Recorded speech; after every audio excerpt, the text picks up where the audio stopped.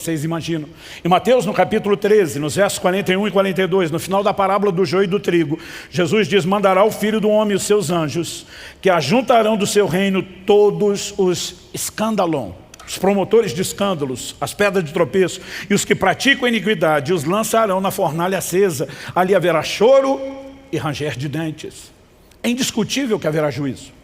Jesus fala de pessoas que no último dia vão dizer: Senhor, no teu nome nós expulsamos demônios, nós profetizamos, nós curamos enfermos. Ele não vai dizer mentira, não fizeram isso. Ele não vai dizer coisa nenhuma, não foi no meu nome. Ele vai dizer: apartai-vos de mim, vocês praticam iniquidade, eu não vos conheço. Sabe o que ele está dizendo?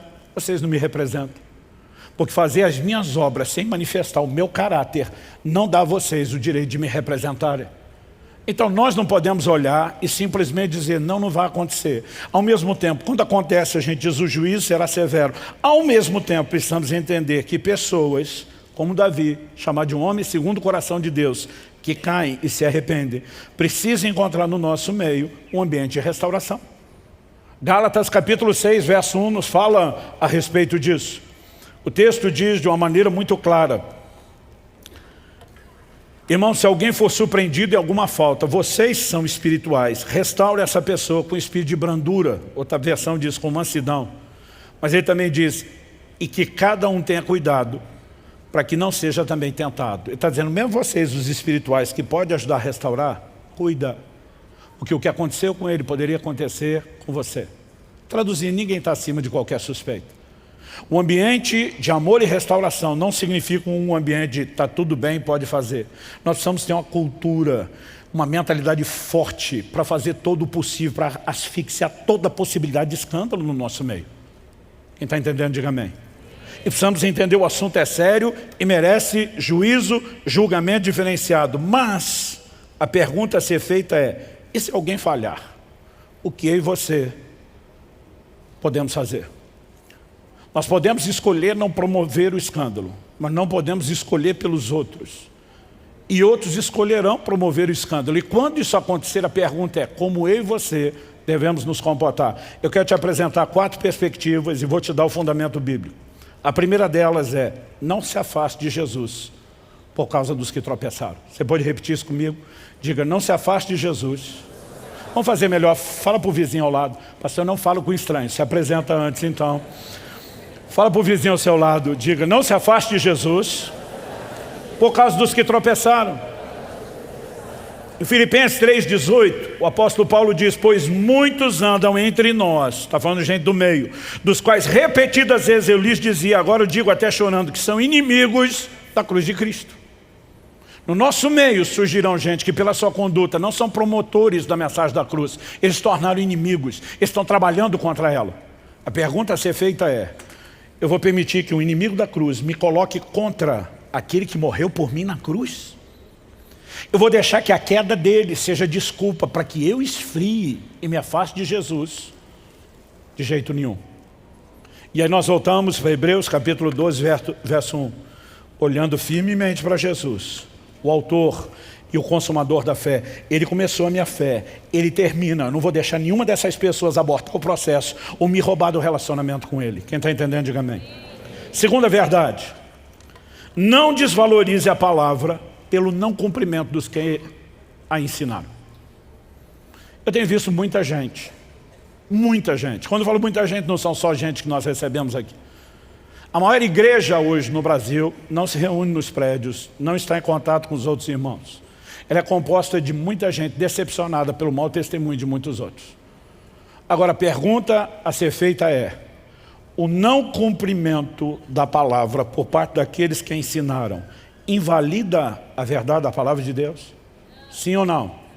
Vamos ver o que Jesus, o cabeça da igreja, ensinou. Mateus 23, de 1 a 3.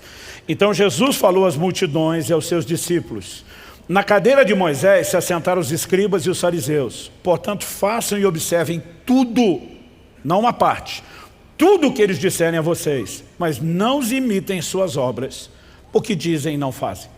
Jesus está confrontando um bando de religiosos hipócritas. Ele está dizendo: se vocês olhar para o comportamento deles, não merece ser imitado, porque eles não vivem o que estão ensinando a vocês. Mas o que eles estão ensinando não é um código de comportamento humano, é a palavra de Deus. Então obedeça a tudo que eles ensinarem, enquanto eles estiverem ensinando a palavra. Só não olhe para o comportamento deles e não imite o mau testemunho deles. Mas sabe o que Jesus está dizendo? O não cumprimento da palavra por parte dos que ensinam não invalida a veracidade da palavra de Deus que nos alcançou. E nós temos um compromisso com a palavra, independente do bom testemunho de quem ensina. Quem está entendendo, diga amém. Terceiro lugar, afaste-se dos promotores de escândalo. Você pode repetir o segundo, diga, não desvalorize a palavra pelo não cumprimento dos que a ensinaram. Terceiro, repita comigo, afaste-se dos promotores de escândalo. Romanos 16, 17, Paulo diz, rogo-vos, irmãos, que noteis bem aqueles que provocam divisões e escândalos em desacordo com a doutrina que aprendesse. Afastai-vos deles. Ele não está falando de mera punição social. A Bíblia diz que quando alguém arrepende, a gente vai trabalhar a restauração. O que a Bíblia está falando de gente que continua promovendo sem se arrepender. Há um nível de relacionamento onde você não exerce mais influência e não proporciona mudança. E se você chegou nessa fase, o risco é que você seja influenciado. Sem contar que o relacionamento e o convívio com promotores de escândalo pode funcionar como uma espécie de cumplicidade ou de chancela sobre um comportamento errado. Então a Bíblia está dizendo, não se relacione com esse tipo de gente. É promotor de escândalo, afaste-se deles. Até porque esse negócio é contagioso. Quarto lugar, escolha olhar para os que permanecem firmes. Eu quero ler a declaração de Paulo. Eu li só o Filipenses 3,18 no início, mas eu quero ler ele dentro do contexto, do 17 ao 19. Paulo diz, irmãos, sejam meus imitadores e observem os que vivem segundo o exemplo que temos dado a vocês. Paulo dizia, eu estou imitando Cristo e por isso eu posso dizer a vocês, me imitem. E não apenas me imitem. Observem aqueles que estão seguindo o exemplo que nós temos dado. Paulo está dizendo, não apenas eu, mas muitos outros no meio de vocês são referenciais. Depois de dizer que tem bons referenciais, é que ele diz, pois muitos andam entre nós, dos quais repetidas vezes eu lhes dizia, agora digo até chorando, que são inimigos da cruz de Cristo. O destino deles é a perdição, o Deus deles é o ventre, e a glória deles está naquilo de que deviam se envergonhar, visto que só pensam nas coisas terrenas. Ele está dizendo, no nosso meio tem boa e má referência. Sabe o que ele está dizendo? Olha para as boas. Não coloque seus olhos nas más referências. Muitas vezes porque estamos diante de pessoas que tiveram um mau comportamento, a gente decide ser influenciado pelos de mau comportamento e não pelos que seguem andando em integridade. Quando tive que vir a público pedir perdão pela conduta de um dos pastores da casa, eu me lembro que não foi um, dois ou três, vários irmãos e irmãs diferentes, sem ouvirem uns aos outros, me procuraram no final do culto e disseram, pastor, a gente sabe que o seu coração está despedaçado pelo que aconteceu, mas nós queremos que o senhor saiba que nós podemos olhar para todos os outros de vocês, que permanecem firmes e dando um bom exemplo. O mau testemunho de um não vai falar mais alto na nossa vida do que o bom testemunho de todos vocês. Eu lembro de gente dizendo, a sujeira não foi varrida para debaixo do tapete. Vocês trataram dessas coisas publicamente, mostraram o compromisso com Deus. Nós escolhemos olhar para vocês. E sabe, eu e você precisamos ter isso em mente, que nós podemos escolher em quem que nós vamos colocar os olhos. Quando a Bíblia fala a respeito dos líderes, eles não são perfeitos. E há um momento específico, onde eles vão se tornar uma referência inquestionável. Sabe quando? Depois que os seus dias na terra já terminaram. Hebreus capítulo 13, verso 7 diz, lembre-se dos seus líderes, os quais pregaram a palavra de Deus a vocês, e considerando atentamente o fim da vida deles, imitem a fé que tiveram. Aqueles que já partiram e deixaram um bom legado, entre eles nosso saudoso pastor Francisco, alcançam aquele lugar, dizer, esses inquestionavelmente podem ser imitados, porque alguém pode 90, 95, 99% da sua vida manter um bom testemunho e estragar tudo no final. Mas quando nós terminamos a carreira com uma vida de integridade, de referência, de bom exemplo, então o legado do bom exemplo se perpetua. Até que a gente chegue a esse dia, eu não estou dizendo que a gente vai desconfiar de tudo e de todos, mas nós precisamos entender que coletivamente os escândalos são inevitáveis, podem surgir. E quando surgirem, a pergunta é, como eu e você vamos nos conduzir? Quem está entendendo, diga amém. Para terminar, eu acredito que nós precisamos ter uma fé, e esse é o ensino bíblico, que sobrevive a tudo. Pastor, o que o senhor quer dizer? Eu quero dizer que tem os dois lados da moeda, ou seja, eu e você precisamos entender não só o que os outros fazem podem trazer dano para nós, mas a nossa escolha de não nos dobrarmos às tentativas de dano contra nós. Em primeiro lugar, Jesus previu e nos preveniu de que haveria difamações. Eu vejo alguns crentes que ficam profundamente desanimados, abatidos, aborrecidos, porque tem gente falando mal deles. A gente tinha que esperar isso. Mateus capítulo 5, versos 11 e 12. Bem-aventurados são vocês quando, por minha causa, os insultarem, os perseguirem e mentindo, disserem todo mal contra vocês. Jesus não diz senta, chora, desanima, entrega os betes, ele diz alegrem-se, exultem, porque é grande a recompensa de vocês nos céus, pois assim perseguiram os profetas que viveram antes de vocês. Eu e você precisamos de uma fé resiliente. Ela tem que sobreviver às difamações e às tentativas das pessoas de falarem mal e mentirem contra mim e contra você. Segundo, Jesus tentou nos preparar para perseguições. Em Mateus capítulo 10, ele diz, quando porém perseguirem vocês numa cidade, fuja para outra. Ele diz, vai ter perseguição. Ele tentou nos preparar para ameaças de morte e até a possibilidade de morte. Mateus 10, 22, 23. Um irmão entregará à morte outro irmão, o pai entregará o filho. Haverá filhos que se levantarão contra os pais e os matarão. Todos odiarão vocês por causa do meu nome. Aquele, porém, que ficar firme até o fim, esse será salvo.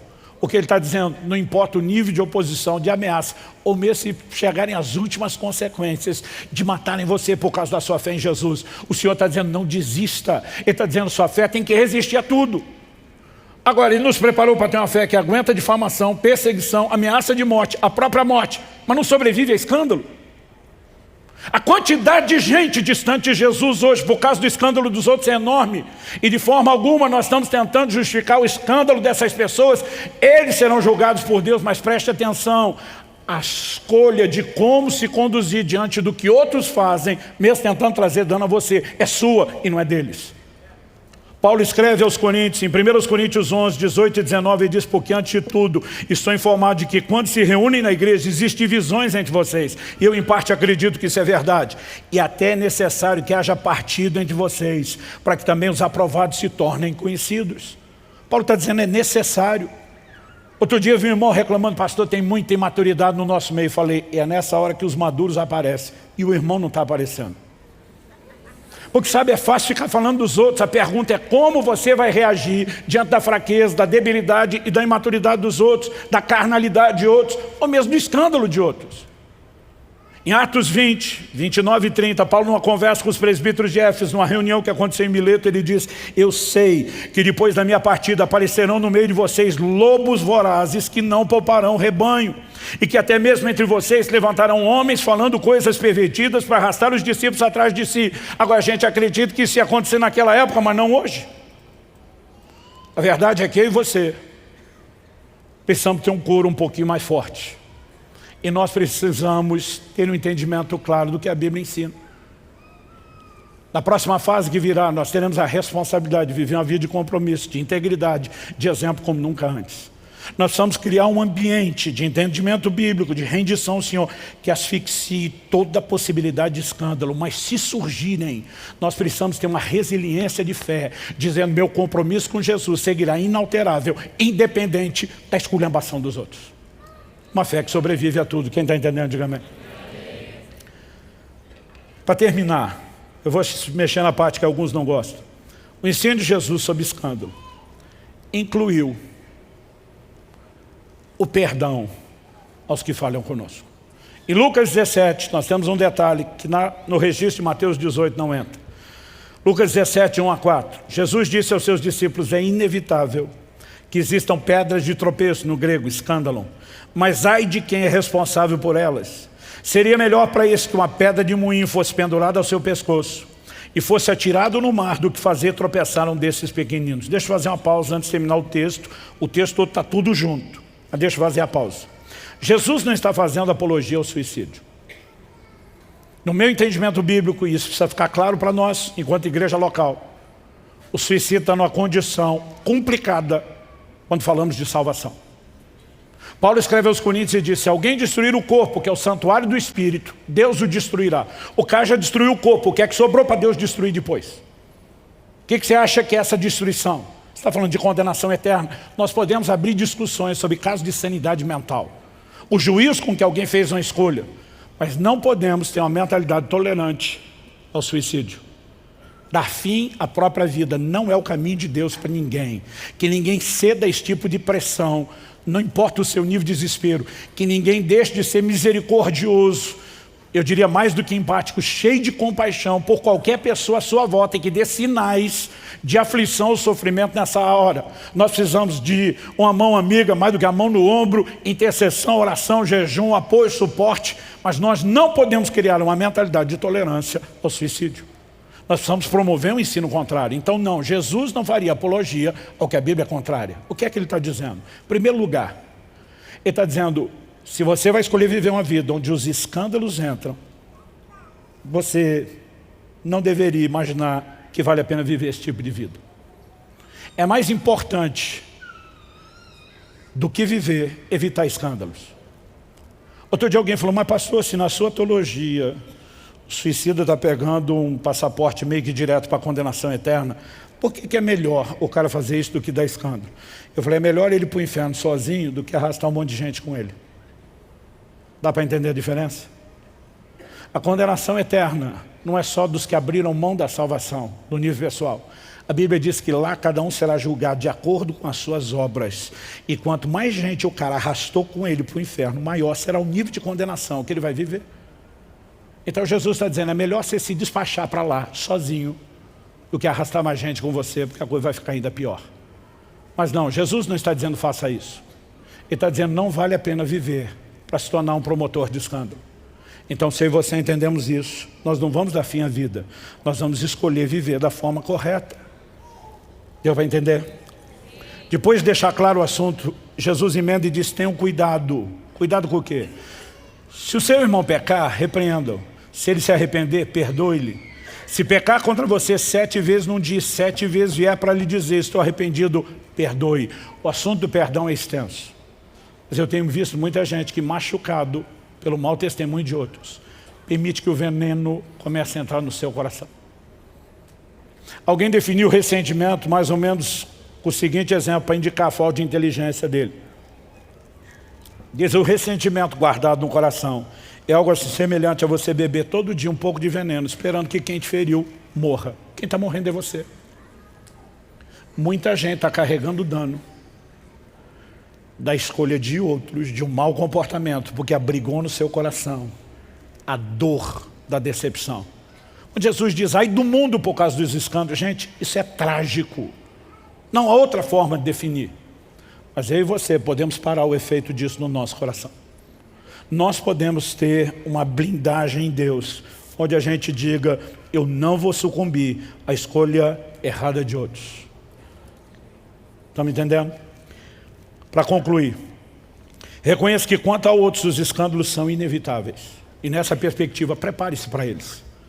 Mas reconheça que quanto a você, na perspectiva individual, os escândalos são evitáveis. Não faça suas escolhas de forma egoísta ou leviana. Um crente quando tropeça nunca está afetando só a si. Nunca está prejudicando só o seu relacionamento com Deus. Ele vai afetar outras pessoas. Reconheça que você é um candidato e procure andar em vigilância e usar os recursos de Deus. Eu tenho uma oração que eu faço desde o início do ministério. Eu com frequência digo a Deus, Senhor, se algum momento a corda for romper para o meu lado, eu não for segurar a onda, eu não for dar conta, eu lhe imploro que o Senhor me leve antes. Significa que eu não quero viver? Não. Significa que não vale a pena viver se for para macular o nome do Senhor, se for para desonrá-lo. E já falei para minha mulher e toda a equipe pastoral, se eu for embora cedo, não ore para eu ressuscitar. Porque só há uma possibilidade de eu ir embora cedo, é de eu me poupar de alguma bobagem. Então vocês estão proibidos de orar. Significa que eu estou esperando que isso aconteça? Não. À medida que eu oro isso, dia após dia, eu estou me lembrando que antes de qualquer escolha, eu preciso ficar longe do escândalo e honrar o Senhor.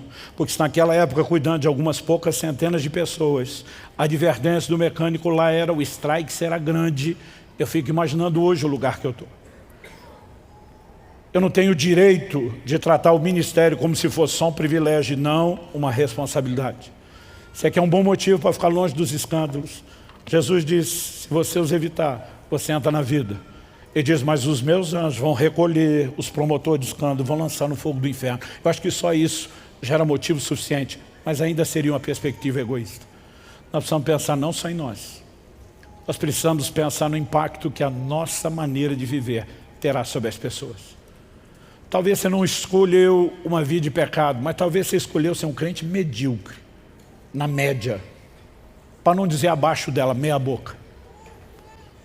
A pergunta é qual o impacto que você está exercendo sobre as outras pessoas. Ah, pastor, eu não desviei ninguém, mas quanta gente se inspira? Nós precisamos pensar que as escolhas que fazemos vão produzir impacto na vida de outros. E Deus nos julgará, não só pelos efeitos das nossas escolhas, na nossa própria vida, mas pelo impacto na vida de outros. Não dá para deixar isso de fora do Evangelho. E se a gente tentar deixar, nós vamos estar só brincando de igreja e de Evangelho. E uma brincadeira de muito mau gosto. Então que Deus nos ajude, debaixo do temor do Senhor, a entender a importância de uma vida de santificação, de integridade, de compromisso, de fidelidade e de bom exemplo. Se nós queremos passar de fase, nós vamos ter que entender isso de uma maneira bem mais profunda. Você recebe essa palavra em nome de Jesus?